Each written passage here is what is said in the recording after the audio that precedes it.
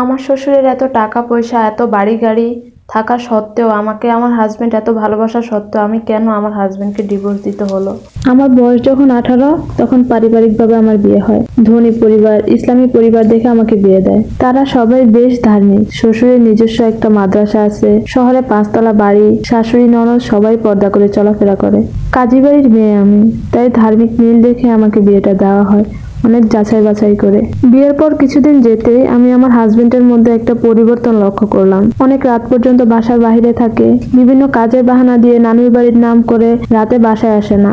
তার ফোনে লক দিয়ে রাখে, আমাকে ফোনটা ধরতেও দেয় না। নানা কারণে আমার সন্দেহ দিন দিন বাড়তেই থাকে। একটা সময় মেয়ে গঠিত কারণ পাই, ভেবেছি কোনো মেয়ের সাথে হয়তো তার সম্পর্ক আছে। কিন্তু তাকে যখন আমি চাপ দিয়ে জিজ্ঞাসা করলাম, তখন সে বলল এটা তার গার্লফ্রেন্ড না, এটা নাকি তার আগের বউ।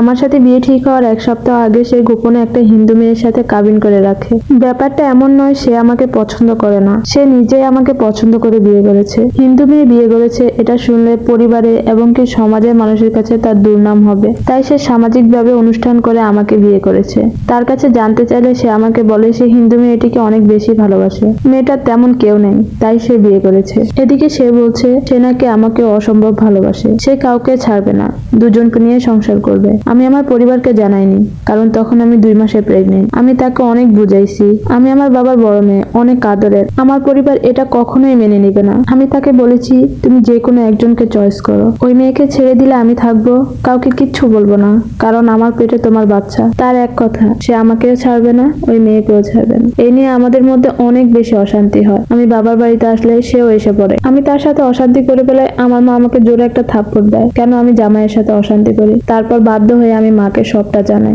আমার কথা শুনে মা অসুস্থ হয়ে যায়। বাড়ির সবাই এমন ভাবে কান্নাকাটি করতেছিল মনে হয় যেন কেউ মারা গেছে। আমি সবার এক কথায় বলতে গেলে কলিজা, এক কথায় সবার চোখের মনি আমি। এই নিয়ে অনেক ঝামেলা হয় পারিবারিক ভাবে। এক কথায় আমাকে তার সংসার করতে দিবে না। এই নিয়ে সামাজিক ভাবে বসলো আমার শ্বশুর ছেলের বিয়ে মেনে নিয়ে ক্ষমা চায়, বলে হিন্দু মেয়ের সাথে সম্পর্ক তালাক করে আমাকে নিয়ে যাবে। কিন্তু ওইদিকে সে ওই মেয়ে কখনোই ছাড়বে না। আমার মেয়ে হওয়ার পর আমাদের বিচ্ছেদ হয়, যদিও সে আমাকে ছাড়তে চায় না, আমি জোর করে ডিভোর্স দিই। প্রসঙ্গে বলে রাখি সে বেকার, সে কোনো কাজ করতো না। বিয়ের সময় আমাদেরকে একটা দোকান দেখিয়েছিল, কিন্তু বিয়ের পর জানতে পারলাম সেটা তার দোকান নয়। কিছু লাগলে শ্বশুর শাশুড়ি থেকে চাইতে হতো, তারা ঠিক মতো ভরণ পোষণ দিত না। তাও হাজবেন্ড যদি ঠিক থাকতো তাহলে সংসার করতাম। যেখানে সে 2টা বউ নিয়ে সংসার করতে চায় সেখানে কিভাবে আমি চলবো? ডিভোর্সের 2 মাস হয়ে গেছে, এখন আমার পরিবার বিয়ে দিতে চায়, কিন্তু আমি রাজি না, আমার সাহস হয় না। এদিকে আমাকে আবার একজন পছন্দ করে, সে আমার ফ্রেন্ড, তার সাথে আমার সব সময় কথা হয়। বিয়ের পর ডিভোর্সের যত